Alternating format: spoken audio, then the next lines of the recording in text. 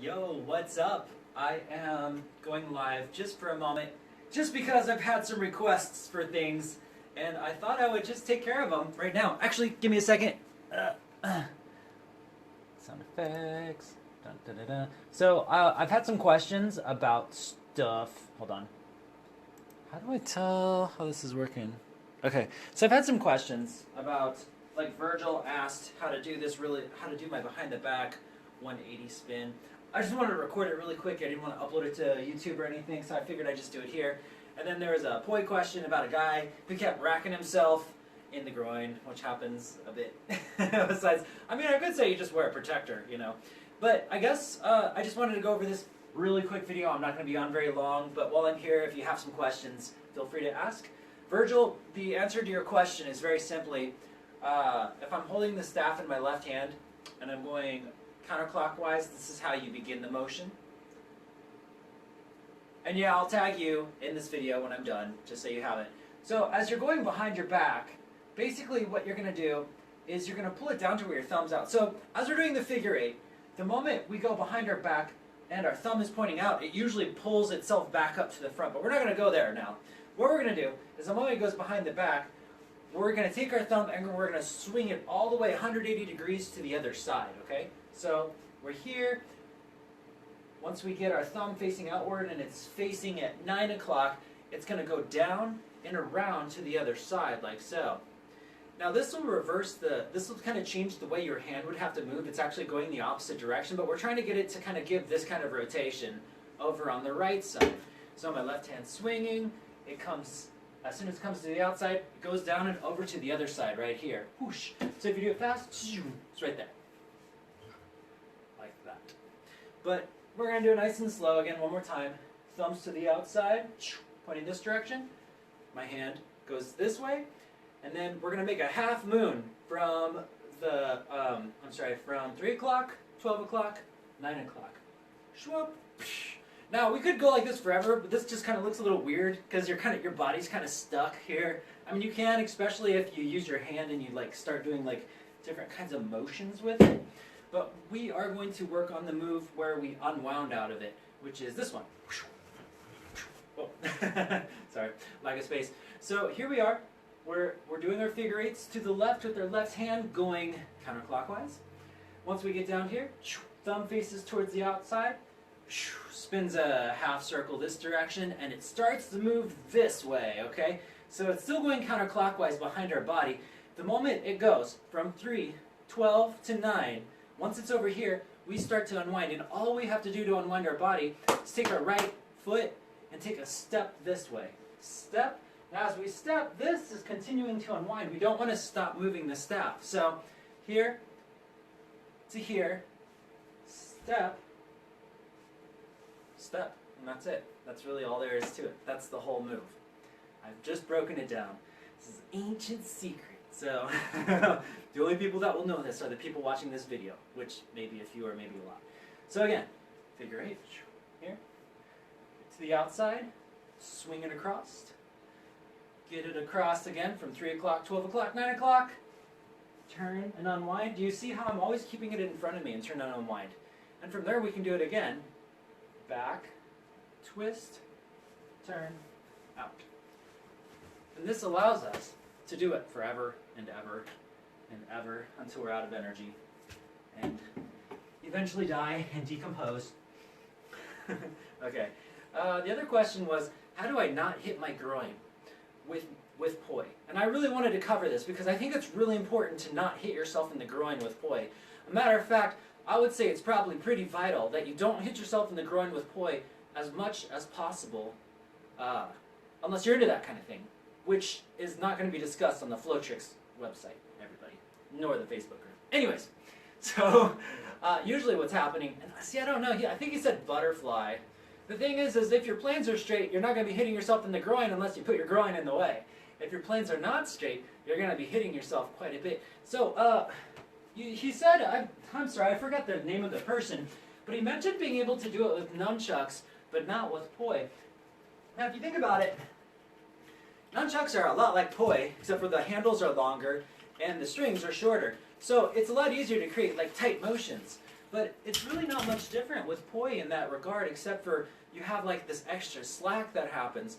So to move across with poi, it's a lot more like pronounced than you would with a chuck. You don't have as much space, which makes chucks faster, but also like gives you a little bit less control, like with motions that don't require it to be like tight.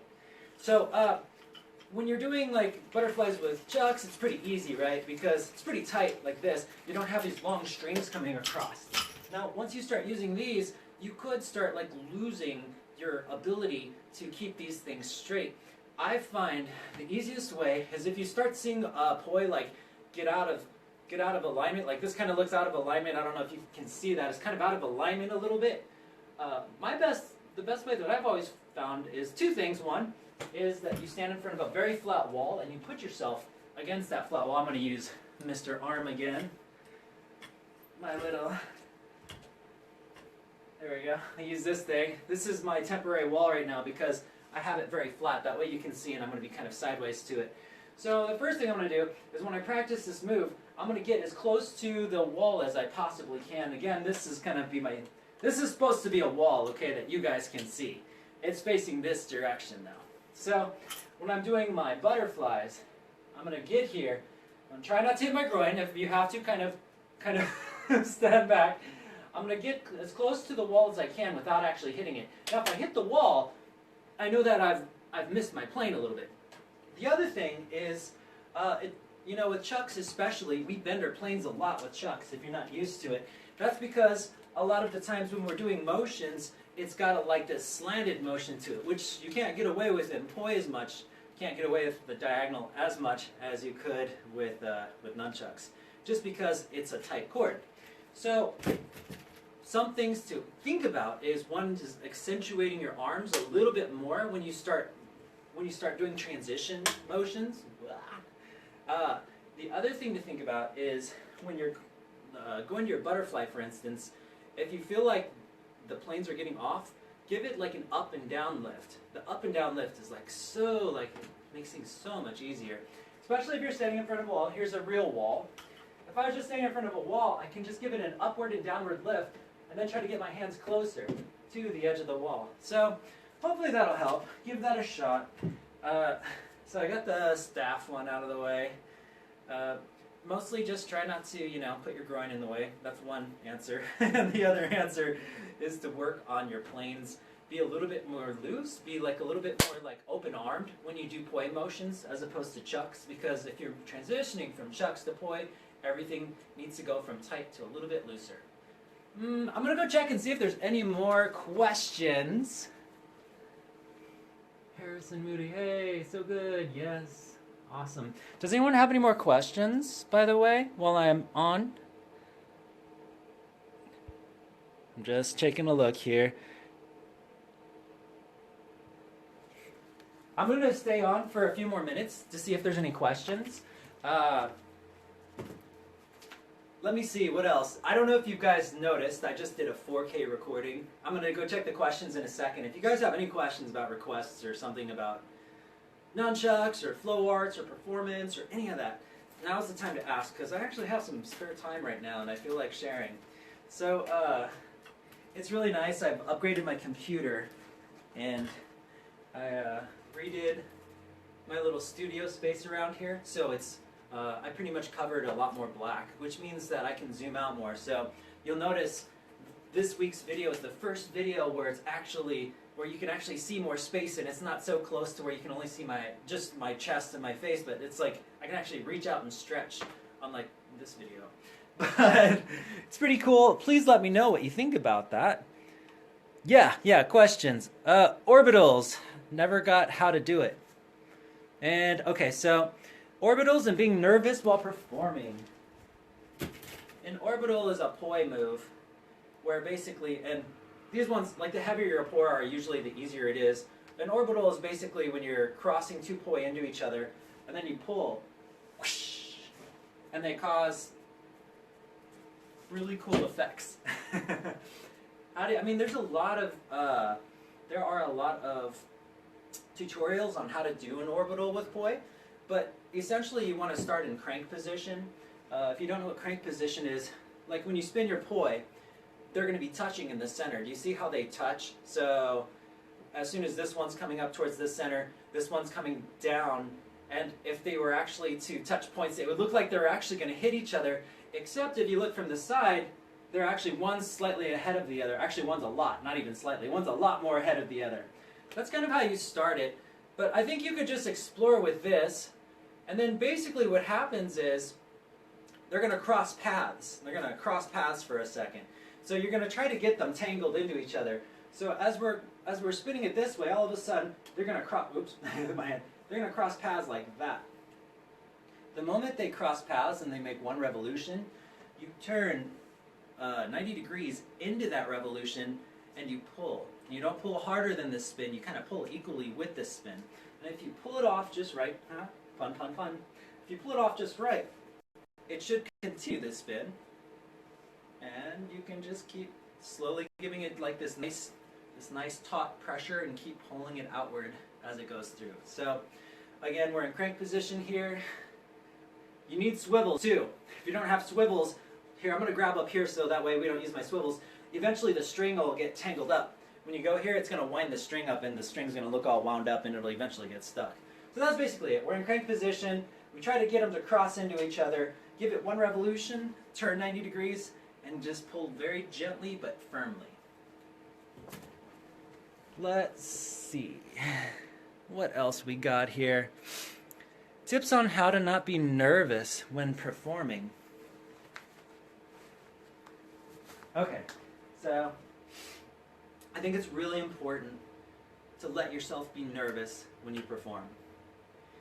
And as counterproductive as that sounds, when you try not to be nervous when you perform is when you get the most nervous ever. It's kind of like when you go on a date, you know? If you go on a date and you're like, oh man, I can't screw this up, she's really hot, or whatever, you know? Or she's got an amazing personality, you know? There could be a lot of reasons. But if you go like that and you're thinking about that in the back of your head, the moment you go on that date, it actually becomes the central. Interesting. Hopefully this works. You guys see me still? Someone tried to call me and it kind of interrupted. If you could ask on the comments, just leave a comment and I'll get back to you. But if you call me, I kind of lose. If you call me, I lose my ability to broadcast. So try not to call me on Facebook while I'm doing this, please. Thank you. So okay, so I wanted to talk about how not to be afraid when performing, because this is an important thing. There's a lot of aspects that come with it. One is how often you do it. I like to use dating because that's something that people are afraid of a lot of times. A lot of times people act, they put on a front to try to get the other person to like them. And with performing, it's kind of an act. You're like kind of an actor, except for as you get good with it, you learn how to move with the flow and with the crowd, as opposed to blocking yourself off from them. But when you first start and you're really nervous, the worst thing you can do is to try not to be nervous. So allow yourself to be nervous. Allow yourself to know, like, you're going to have some mistakes, you're going to have, like, it's going to happen, okay? Once you allow yourself to be nervous, you're going to find that you're still going to be nervous, but it's going to be more controllable. Another thing to think about, and this just depends on how you respond. Like, a lot of times when there's a big crowd, you'll feel like that wave of heat. And, like, I think the best thing to do in some situations, it really depends, but when I first started performing, I used to block myself off away from the audience. Now, a lot of us, we're usually performing for ourselves in kitchens, living rooms, outside, but we don't usually have people watch us, right? So we have like this feeling like there's this wall around us and no one can get in. As a performer, it's okay to do that when you first start. A matter of fact, it's probably something I would say is good for you to do, because if you wall yourself away from the audience, they can't reach you and you can't reach them, but you can slowly ease their energy towards you. So you can like open it up a peak and just let a little bit of that energy in, because you're going to be so nervous, you may not be able to know what to do with it when you get the full blast of the crowd. Now, you'll reach a point where you won't need this, but in the beginning I would say, you know that feeling you get when you're all alone in your training and all your stuff is awesome? And then all of a sudden you're like, hey look, check this out. You know, doesn't that change everything, right? You kind of need to get to that space, especially when you have a big performance, is to get to that space where you're all alone and when you're back in the zone, whatever it takes to get you there. I feel like as a performer, that's where it starts, and then eventually you want to keep inviting the crowd in more and more, and kind of just put away the guys. But I don't think it happens right away, and I don't feel like, I think the biggest problem with when you first start performing is there's so many things that you want to be as a performer, but the weird thing is you have to condition yourself, you have to train yourself, just like you trained with the nunchucks, you have to train yourself to be comfortable doing this. And that's really all it takes. There's no magic at all, except for you just do it successively, and you do it one step at a time. If you try to leap the whole flight of stairs, that's when things get really hard. That's when you sweat, that's when you make mistakes. So just take it one step at a time. Every performance is a training opportunity. Remember that. You're not actually performing, you're still just training. And it's a good kind of training. So if you see it that way, then you're going to be a little bit okay with making mistakes. You're going to learn so much. But hopefully that'll help you a little bit. Just remember, try to be okay with being afraid. Be okay with being nervous. And at first, it's okay to block off the audience and just focus on the feelings you get when you're performing for yourself. Eventually, that will change. Hope that helps. Let me see what else we got here. Okay. If you have any more questions about being nervous while performing, let me know. We are checking here. Horizontal aerials. Staff, I like the look of this. I saw Nova learn to do it in Costa Rica. Haven't seen a tutorial on it. Yeah, man. Okay, so I guess I'll talk about staff in Costa Rica.